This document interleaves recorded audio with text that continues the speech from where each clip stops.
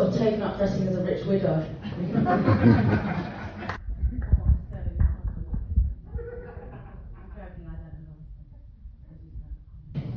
No, they dress for the job you want, don't they? Thing is, I don't really aspire to work. So I've taken up nudism just to be on the safe side. No. I mean, the thing is, it's not only do I not aspire to work, I actually don't aspire to be working class. My dad was in prison when I was born. Pretty sure that's how you become a member of the criminal underclass.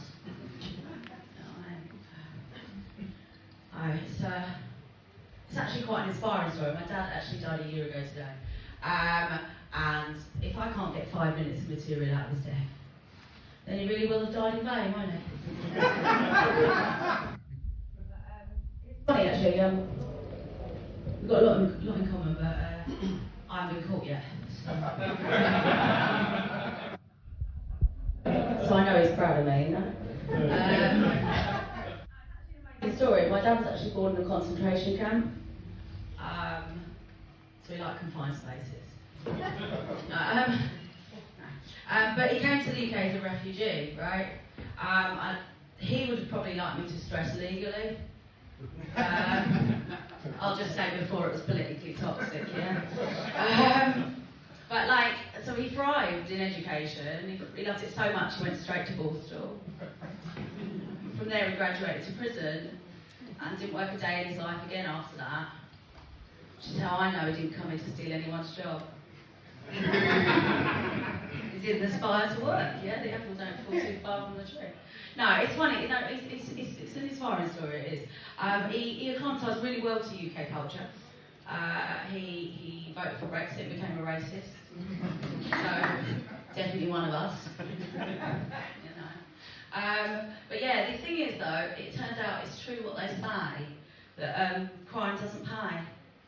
All I inherited was 2 burner phones and 2 fake IDs. It's a shame that none of them were in credit. Unfortunately, all of my relationships are somewhat dodgy, like my family. It's not just my dad. My mum, she's also dodgy. One of the worst things about her is she's still alive. She's the one that owns the house. But no, it's fine. But like, she does have some weird. Like the other day I went away. Actually, it was to Rotterdam as well. And I'd only been gone a couple of days, you know. Quick hop to the continent. Yes, I'm a cigarette and drug runner, that's correct. And I've been gone a couple of days and I said to her, I'm in a bit of a holiday mood. I think we all know what that means. I've been day drinking. I said, I want to keep the vibe going. Do you want to go for dinner? I'll pay. And she was like, yeah, sure, no problem. I'll pick you up. I've just got to get a bag from 8 Cromwell Street. And I'm like, I've only been gone a couple of days. What do you mean you're getting a bag? Like, I thought they'd cut the winter fuel allowance. You can't afford drugs. Yeah, no, so I've only been gone a few days. She'd already developed a £3 a week habit. I don't know if you've heard of it, Too Good To Go app. She's fucking obsessed with it. And like, it is quite good value. You get £10 worth for £3, but it's just wet lettuce. And you can't smoke that shit. I've tried. Just can't smoke it. And the other problematic thing about my mum is she's actually such an alpha cougar. She's been rebranded as a saber-toothed tiger. So, like, basically, if I want to have a better love life than my mother, I've got to wait for those kids to finish school. That's how big the gauge game is. So my mum's 77, and her fella's 41. Yeah, that's not a joke. She's just a fucking legend. And I tell jokes about my ex-boyfriend's sexual habits. So you know that both my parents are proud of me. You know, it's a mutual feeling. No, I don't have a husband, sadly. Not even one that's wealthy and dead. So yeah, I got dumped. I don't want you to feel sorry for me. But yeah, I got dumped. I used to say recently, but it was 2.5 years ago, so hard to say that. No, the worst thing wasn't just getting dumped, it actually made me homeless. But the worst thing is he was also my drug dealer. Yeah. So sober week it was. And I'm not bitter, I'm not. But I do quite a lot of stand-up material about him, and I've been touring it for about two and a half years now, so make up your own mind, maybe I'm a bit bitter. No, the thing is, right, no, he was an objectionable man, right? First off, he used to say things to me, like, so whenever there's a woman on the telly, he'd be like, oh, you know what she needs? She needs a good scene to. And I used to think it was very sexist.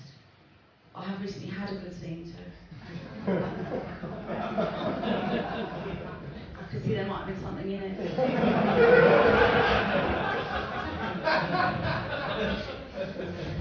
No, the other thing, right, so like, the other weird thing about him, right, is he had these really tiny, tiny baby balls.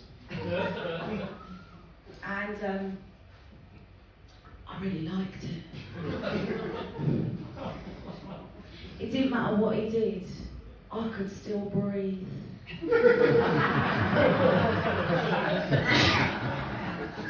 But I did worry, right? Because I was like, is it okay that you like these baby balls? They're baby balls. Like, could you be a pedo? It's alright, I've checked, it's a loophole. Just as long as it's not an adult. That's the rules. So, you know, if you like a shaved fanny, it's fine. As long as it's not an adult. That's the rules, isn't it? Yeah, we all agree, it's fine. But like, yeah, I mean, it's been difficult actually, you know, because personally, I'm a big fan of 70s math. It's not really a sartorial choice. I'm just too fat to shave it. It's like a fucking workout, can't be arsed. Save the energy for the sex. But these days, you know, to get the sex, you have to do online admin, don't you? I was saying to a young person the other day, made a joke about orgies, and I said, like, the only thing putting me off an orgy is the fucking admin, mate. Honestly, I can't. Think about the admin. Oh, you can't be arsed, can you? Like, no, the thing is, the dating world's changed a hell of a lot, right? The youngsters are doing a lot of things that we weren't doing back in the day. I don't know, that's quite a lot of them are taking pride in their sex life. That's nice. I'm proud for them, I'm happy for them, pleased for them. But I was raised Catholic, and my demographic is pale, male and stale, so you can be fairly sure my sex drives are in my shame. That's kind of the way I like it, you know? The other thing the youngsters are doing is this positive affirmative consent.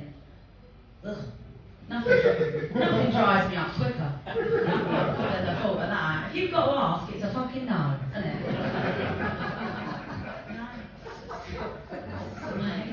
No, so yeah, I've been, you know, doing a bit of the online dating, struggling to find a man. One of my friends said to me, he said, I think one of the reasons you're struggling to find a man is you're actually an alpha woman. I was like, yeah. I don't know what it means, but I like the sound of it. Turns out I'd interrupted him. Which is very alpha, so on brand. But yeah, no, actually what he was trying to say is that I'm an alphabet spaghetti lady. I've got a lot of letters after my name, but I don't make any sense. And apparently the MSc is cancelled out by the ADHD. Now all of my exes have got PTSD. And at least one has got an STD, but that's it's nothing to do with me. And it doesn't matter, it's fine, he won't see this set. He hasn't subscribed to my YouTube channel. Doesn't matter how many times I send him the link. And it's annoying because I have fucked all 14 of the other subscribers. So it feels like it's a group he should be in, you know what I mean?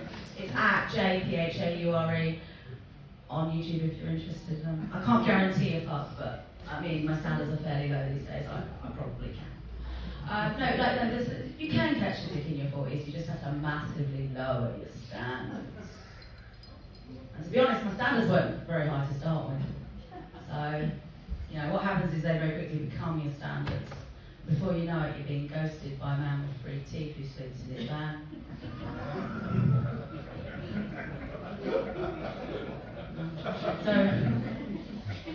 thought to myself, I'll try one more thing to try and, you're getting older, your looks are fading. Maybe it's time to develop a personality. It hasn't worked out. Turns out I'm a cunt.